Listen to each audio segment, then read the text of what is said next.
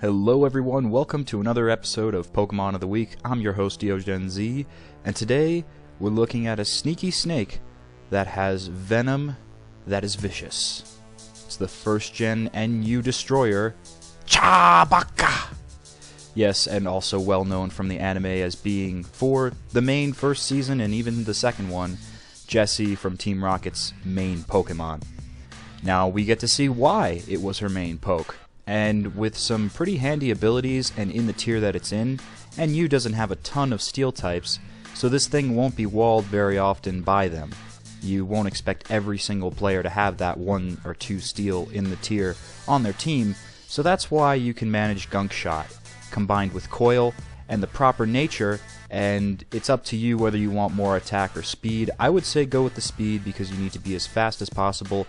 80 is an acceptable speed to where this thing can be an effective offensive physical striker, but it can be offset a bit more in the benefit side with Jolly being your nature. But if you just want to go all out power, Adamant's your ability to, or not ability, rather nature to have, but the ability that will alter your foe's attack, your foe's physical attack, is Intimidate. When you send Arbok out onto the field, it will decrease their attack, I believe, by 1 stage. Now this is pretty good if you want to force people to switch out if you completely destroyed their setup, or if you put something out on the field at the time when they have a grass type. Whatever the case may be where they're going to switch, I just don't see Intimidate being as useful as, say, Shed Skin, where I believe 1 to 3 turns of having a, or you have a 1 in 3 chance rather, in your turns of relieving a status ailment. And already it's not going to be poisoned since it's a poison type, so that's 1 off the list. If it gets burned, that could decrease its physical attack for some time, but with Shed Skin, it can alleviate that in no time. And it can just wait out the Shed Skin with a couple more coils, which Coil is essentially Arbok's bulk up. With Coil, you get a attack, defense, and accuracy increase, which is important for Gunk Shot, which is in the 90% accuracy range. So doing 1 Coil can really increase your chances not only of destroying in 1 turn with a 1-hit KO from a superpowered +1 Gunk Shot, which is also Stab, but it's also going to increase the probability of that being possible. Another great physical attack to include, any physical sweeper usually has this, is Earthquake. Sucker Punch is necessary to take on any psychic types that come onto the field, and you know they're going to go straight for Arbok. They don't care what you send out on the field. Well, they might care that you send a dark type, but they're most likely going to unleash a powerful psychic move on you offensively, so Sucker Punch having the same base power as Crunch, an 80 effect, it's just up to you whether you want to possibly lower somebody's defenses, take the risk with Crunch just in case that they send out a quicker psychic than you can manage. But with Sucker Punch, you're guaranteed every time, so long as they want to use an offensive move on you, to destroy them. And hopefully 1-hit KO them with the investment in physical attack to be maxed out on EVs. And the same thing for speed, since this is not one of the pokes you could include in a Trick Room set. Its base speed is naturally just too quick for that to work. So let's move on to set 2. Our second set comes from consistent subscriber Badassxscrafy, showing us a Cautious Cobra, which is very, very interesting. I got to look at this and thought that, you know, this seems like a set I would have been yelled at for earlier in this series. But the reason being is there's no inclusion of Gunk Shot, and that's one of Arbok's go-to moves. It's a powerful base 120 poison type stab move that when you invest everything you have EVs into attack-wise, you're going to be getting the most out of it. It will crumble walls.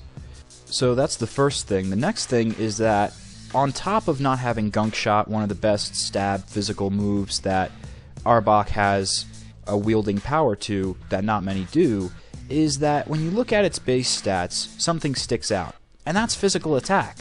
With it being the highest at 85, it doesn't make sense not to somewhat benefit it in a little bit of a way. but instead it almost appears as this Arbok is going to be somewhat of a wall, which is not recommended. You're playing a shaky game here. I of course would recommend using Shed Skin. I'm sure that's what he intended. He didn't explicitly mention it, but to get rid of the status of rest. But I wouldn't depend on that because it's not assured every time that Shed Skin will work. It only happens 1 in 3 times, which is a good enough time to count on if your foes try to paralyze you, slow you down, or lower your attack with coil by using a will-o-wisp. That's a good way to use Shed Skin, but to depend on it to revive your sleep status and then rely on stockpile and spit up, which I mean, you turn this thing into a defensive supporter, which it just does not play. NU, it's really meant to be offensive, and if you wanted to take more of a bulkier approach, well, then I say we could take a look at set 3, which I devised.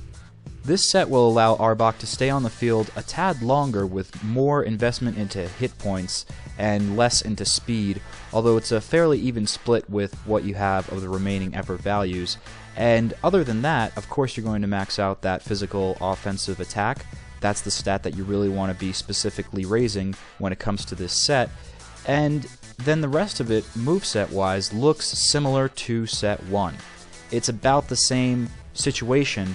You're going to include Black Sludge, and you're going to make sure you have Shed Skin on this set. This way you're not slowed down by any statuses. And you have to take advantage of using its maximum health and resistance to poison to come out onto the field during Toxic Spike's evasions, or rather invasions. An invasion of your side of the field with Toxic Spikes, this poke will not be affected by.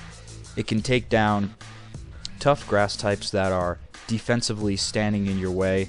It can really rip apart walls and stalls by sticking to this moveset and making sure that that max attack is boosted. But the only real difference here in set 3 is just that you have more HP to work with. So I hope that you enjoyed this edition of Pokemon of the Week. Again, I want to remind you to subscribe to Planet Poke for soon, very soon. I know it is just the beginning of summer, but I still can't wait. Within fall, we will be premiering X and Y, or one or the other, and you will want to have a subscription to this channel to see that. Plus, you'll be updated every week when a new Pokemon of the Week is released, and it's consistent, comes out every week. So if you're looking for more metagame monsters to aid you in your maniacal takeover of whatever tier you decide, whether it's NU, OU, UU, Uber, we got it here. So subscribe. And check out my channel if you want to find out specifically how we went about raising something like Arbok here, where we're maxing out its attack. I just came out with my 2nd episode of Effort Value Expertise, and it details specific regions in Heart Gold and Soul Silver and the specific pokes and trainers you want to verse in order to max out effort values and attack in the quickest way possible. So if you were just checking this video and saying, I don't even know what he's talking about, what are these invisible things called effort values, I would recommend that series highly. I'm DeoGenZ, and I'll see you next week.